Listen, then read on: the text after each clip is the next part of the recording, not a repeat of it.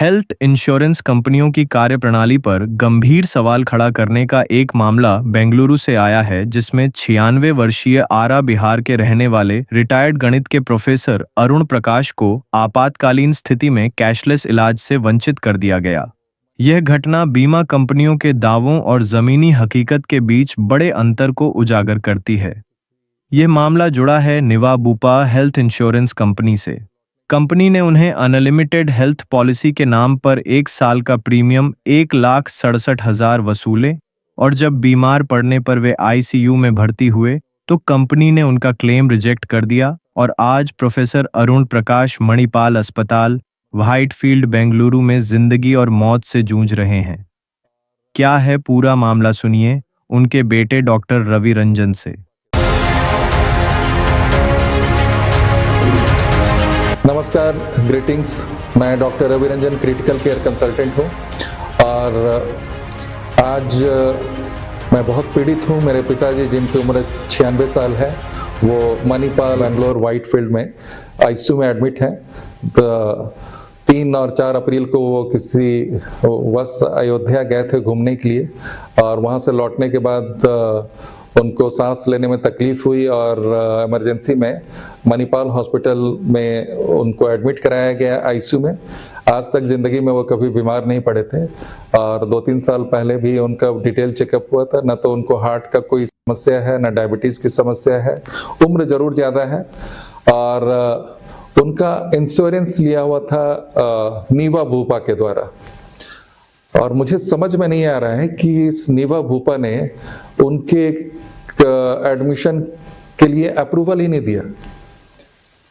2 साल तक care insurance company से उनका चल रहा था और नीवा बुपा के कुछ लोग आए कि हम लोग बेहतर फैसिलिटीज़ दे सकते हैं और बहुत फास्ट सर्विसेज देने का क्लेम करके एक झांसा सा दिया गया और एनुअल 1.5 लाख से ऊपर की राशि ली भी गई।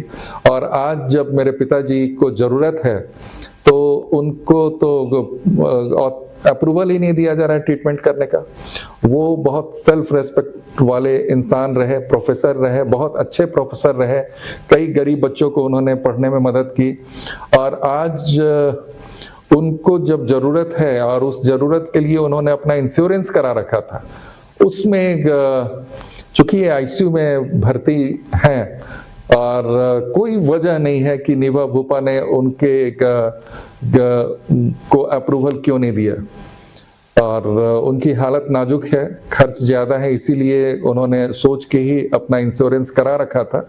खैर, हम लोग उनके साथ कुछ अनहोनी नहीं होने देंगे, लेकिन जिस तरह से इस इंश्योरेंस कंपनी नीवा बुपा ने मेरे पिताजी को एक विकट परिस्थिति में डाल दिया है, उनको अप्रूवल नहीं देके, और उनसे ऑलरेडी काफ़ी बड़ी राशि वसूली गई थी फरवरी में 1.5 लाख से ऊपर का।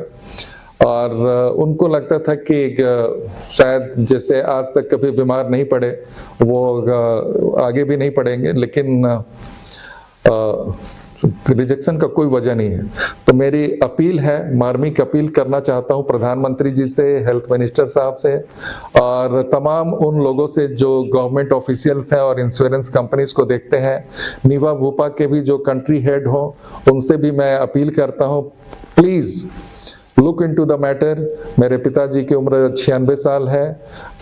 उनका डिटेल्स जो है पॉलिसी का वो भी मैं आपसे शेयर कर रहा हूँ और